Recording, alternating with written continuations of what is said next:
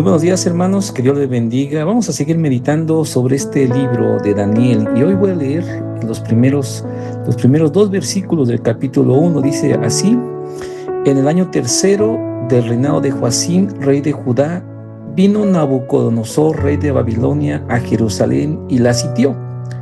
Y el Señor entregó en sus manos a Joacim, rey de Judá, y parte de los utensilios de la casa de Dios, y los trajo a tierra de Sinar, a la casa de su Dios, y colocó los utensilios en la casa del tesoro de su Dios.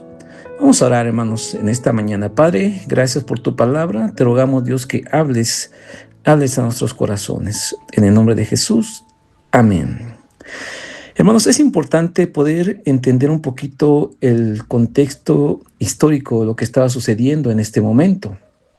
El libro del profeta Jeremías y también el libro de los Reyes nos narran la situación confusa, digamos así, que estaba viviendo el pueblo de Israel en este momento.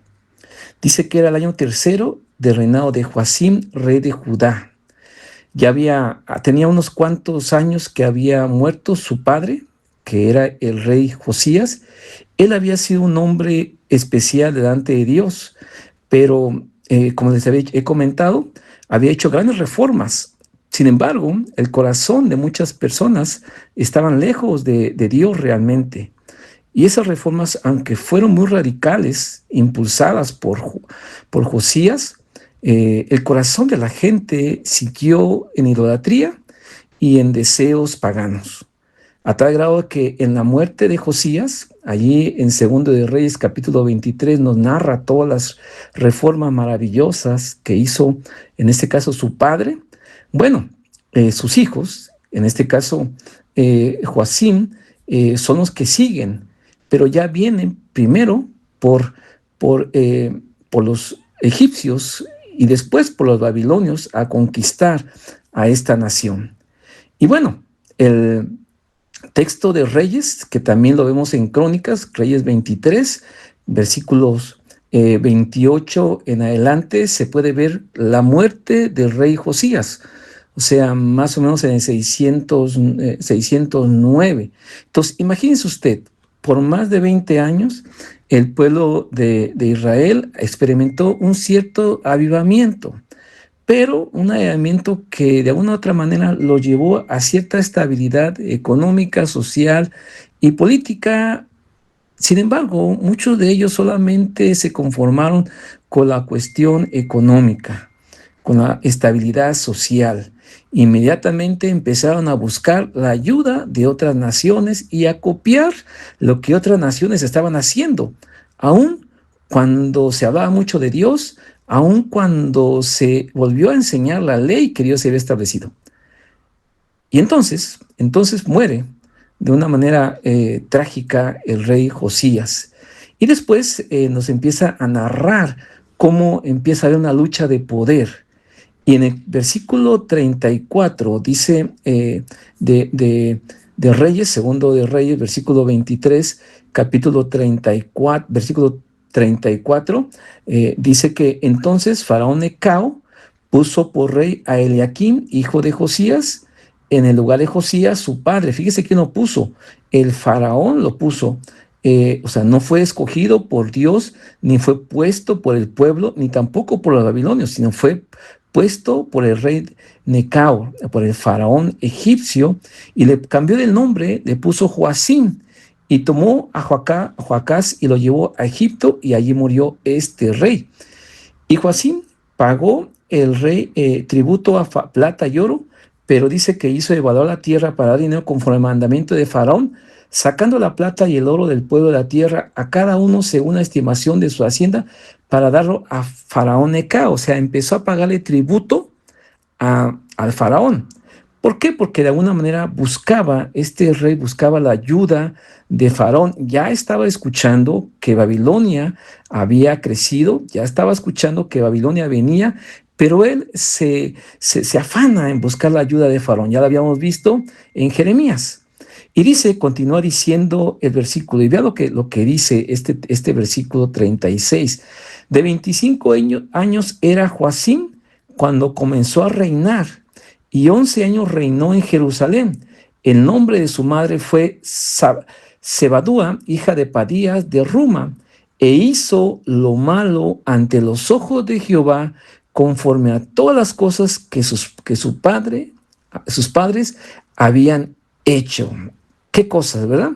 Este rey Joacim, que había visto a su padre, este rey Joacim, que había visto las reformas que su padre había hecho y que de una u otra manera se había empeñado a enseñar la ley de Dios, a obedecer los mandamientos y a dar una vida de adoración, es ejemplo claro de que él se olvidó del Dios verdadero. Y aquí, en el capítulo, dice, lo señala claramente que hizo lo malo. O sea, fue una persona que hizo todo lo malo que había podido hacer. Jeremías y el profeta Ezequiel señalan precisamente lo que hemos estudiado, que hizo lo malo y permitió lo malo y trajo como consecuencia también que el pueblo, que sus nobles, que sus príncipes, que la gente también hiciera lo malo. ¿Qué es lo malo? Desobediencia directa a la ley de Dios. ¿Qué es lo malo? Injusticia social. O sea, se trataban neciamente entre ellos. ¿Qué es lo malo? Había idolatría en el corazón de las personas. ¿Qué idolatría? Idolatría de querer copiar lo que los dioses estaban haciendo de otras naciones, para darles salud, para darles bienestar, para darles prosperidad. En lugar de confiar al Dios verdadero, ellos seguían confiando también en otros dioses. Básicamente esto era la desobediencia que este rey, sus príncipes, sus nobles y el pueblo en general estaban haciendo, desobedeciendo directamente a Dios. Y al poco tiempo, dice Daniel ahora, que en el año tercero del rey Joacim, o sea, ya habían pasado 3 años y ya habían hecho inmediatamente lo malo, todas estas cosas había permitido que su pueblo hiciera, y él mismo había sido ejemplo de hacer las cosas malas, como dice Reyes, eh, estaban ahora por sufrir las consecuencias. Dice Daniel que vino Nabucodonosor, rey de Babilonia, a Jerusalén, como en el 605 aproximadamente. 3 años pasaron. ¿Qué cosas, verdad? Si él se hubiera empeñado en hacer lo correcto, quizá no hubiera visto tal cautividad, como lo menciona Jeremías y también como lo reafirma Ezequiel. Si él se hubiera vuelto a Dios y en lugar de caer en la idolatría y buscar la ayuda a otros dioses y otras naciones, hubiera buscado verdaderamente la ayuda del Dios verdadero, como diríamos por ahí, sería otra historia. Pero no, inmediatamente que le fue entregado el reino, él empezó a hacer lo malo delante de Dios, como lo señala Reyes. Qué triste frase que se repite en Reyes. Qué triste esta frase que dice, e hizo lo malo ante los ojos de Jehová. Si usted lee Reyes y Crónicas, va a encontrar una y otra vez esta frase. Hombres que conocieron supuestamente a Dios, y en este caso que tuvieron a un padre que les enseñó y que les pudo haber demostrado del Dios verdadero, quisieron hacer su propia voluntad. ¿Y cuáles fueron las consecuencias? Pues las consecuencias fue la cautividad, la llegada de Babilonia. Y Nabucodonosor llega. Todavía no destruye a Jerusalén, pero sí, como dice el texto, versículo 2 de Daniel, el Señor entregó en sus manos a Joacim, rey de Judá, y parte de los utensilios de la casa de Dios, y los trajo a la tierra de Sinar, a la casa de su Dios, y colocó los utensilios en la casa del tesoro.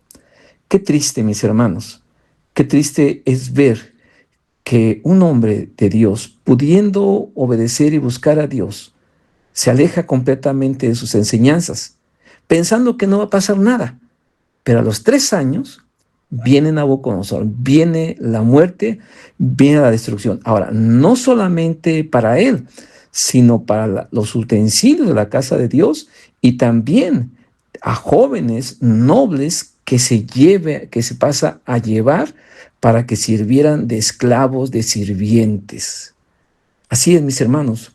porque al que mucho tiene, al que mucho se le da, también mucho se le pide. Al que mucho tiene, también mucho se le exige. Eso, hermanos, podemos ver hoy en día. Hoy en día tenemos mucho conocimiento de Dios, aparentemente. Hoy en día tenemos muchos textos bíblicos que podemos leer, muchos estudios, enseñanzas, muchas formas de leer y meditar la Biblia. Y tristemente no la queremos meditar. Queremos escuchar solamente lo que nos agrada, lo que nos conviene. Hoy en día, hermanos, tenemos muchas versiones de la Biblia. Hoy en día, hermanos, tenemos una conciencia más clara de lo bueno y de lo malo.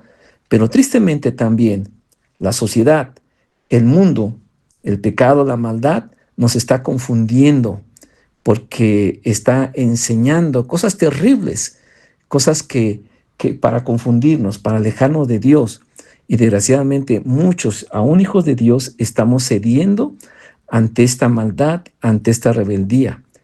Y como padres, una vez más entendemos y una vez vemos que vamos a tener consecuencias. Si nosotros como padres nos dejamos llevar por la maldad, por la rebeldía, por la desobediencia a la palabra, vamos a tener consecuencias con nuestros hijos. Si no somos firmes, si no somos amorosos, si no vivimos la palabra, tristemente vamos a tener consecuencia en nuestra familia, en mucha gente que nos rodea.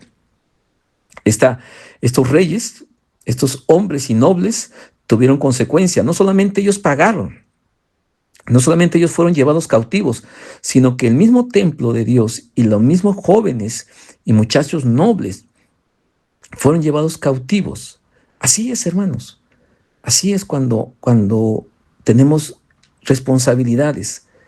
El pecado, la desobediencia, va a tener consecuencias para otras personas.